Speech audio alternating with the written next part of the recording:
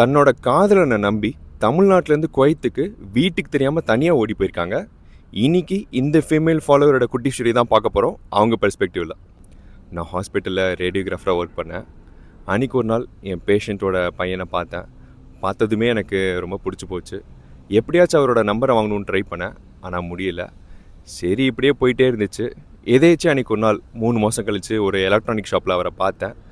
பார்த்ததுமே அவர் நம்பரை கண்டுபிடிச்சி அவர்கிட்ட என் லவ்வையும் சொல்லிட்டேன். அவருக்குமே என்னை பிடிச்சிது. எங்கள் 2 பேருக்கும் 9 இயர்ஸ் ஏஜ் டிஃப்ரென்ஸ், வேறு கேஸ்ட். என் வீட்லேயும் ஒத்துக்கல, அவர் வீட்லேயும் ஒத்துக்கல.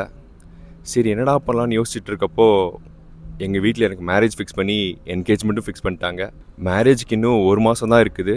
அப்போ தான் என்னோடய லவ்வர், என்னோடய காதலன் என்கிட்ட சொல்கிறாரு, நம்ம 2 பேரும் அப்ராடுக்கு ஓடி போயிடலாமா, நிம்மதியாக அங்கே ஒரு வாழ்க்கை வாழலாம் அப்படின்னு. அன்றைக்கி நைட்டே நான் குவைத்துக்கு போகிறதுக்கான எல்லா ப்ராசஸும் ஸ்டார்ட் பண்ணேன். ஊரெல்லாம் கடன் வாங்கி வீட்டுக்கு தெரியாமல் அப்படி தான் நான் குவைத்துக்கு வந்தேன். புது நாடு, புது மக்கள், எப்படி எனக்கு அடாப்ட் ஆகுறதுன்னு தெரில. ஊரில் ஃபேமிலி என்கிட்ட பேசுகிறதில்ல. என் கல்யாணம் நின்று போச்சு. ரொம்ப தனிமையில் இருந்தேன்.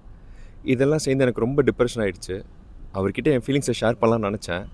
திரும்ப திரும்ப சொன்னதே சொல்லாத, புலம்பாதன்னு சொல்கிறாரு. நான் யாரை நம்பி குவைத்துக்கு தனியாக வந்தனோ அவரே இப்போ என்னை வெறுக்க ஆரம்பிக்கிறாரு. போக போக எல்லாமே ஆர்கியூமெண்ட்டாக மாறிச்சு. இப்படி ட்ரெஸ் பண்ணாத, அவங்க கூட பேசாத, இப்படி சிரிக்காத, அப்படி பல ரூல்ஸ் அண்ட் கண்டிஷன்ஸ். நானும் எவ்வளோ தடவை சொல்லி புரிய வைக்கலான்னு ட்ரை பண்ணேன். என்னை எல்லாத்துலேயுமே பிளாக் பண்ணிட்டார். நானும் எத்தனையோ தடவை ரீகனெக்ட் ஆகலான்னு ட்ரை பண்ணேன். நீ என் லைஃப்பில் இருந்தனா எனக்கு நிம்மதியே இல்லைன்னு சொல்லி என்னை வெறுத்துட்டார். அது சரி, அவள் எங்கே இருந்தாலும் நல்லா இருக்கட்டும். நான் அவரை கெட்டவரெலாம் கம்ப்ளைண்ட் பண்ண விரும்பலை. நான் இன்றைக்கி ஒரு நல்ல இடத்துல இருக்கேன், நான் நல்லா சம்பாதிக்கிறேன் அப்படின்னா அதுக்கு காரணம் அவர் தான். இன்றைக்கி நான் நல்ல வசதியாக இருக்கேன், எனக்கு பிடிச்சதை வாங்கிக்கிறேன், என் ஃபேமிலி எனக்கு திரும்ப கிடச்சிட்டாங்க. ஆனால் நான் யாருக்காக குவைத்துக்கு தனியாக வந்தேனோ அந்த பர்சன் என் கூட இல்லை. மூவ் ஆன் ஆகிறதுக்கு கஷ்டமாக தான் இருக்குது. ஆகிடுவேன்னு நினைக்கிறேன்.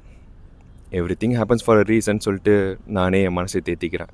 இந்த ஃபாலோவருக்கு நான் சொல்ல ஆசைப்படுறது, உங்கள் லைஃப்லேருந்து ஒரு பர்சன் போகிறாங்க அப்படின்னா யூனிவர்ஸ் அதுக்கு ஒரு ரீசன் வச்சுருக்கோம். கவலைப்படாதீங்க, ஹாப்பியாக இருங்க. டாக் பேக் பண்ணலாம்.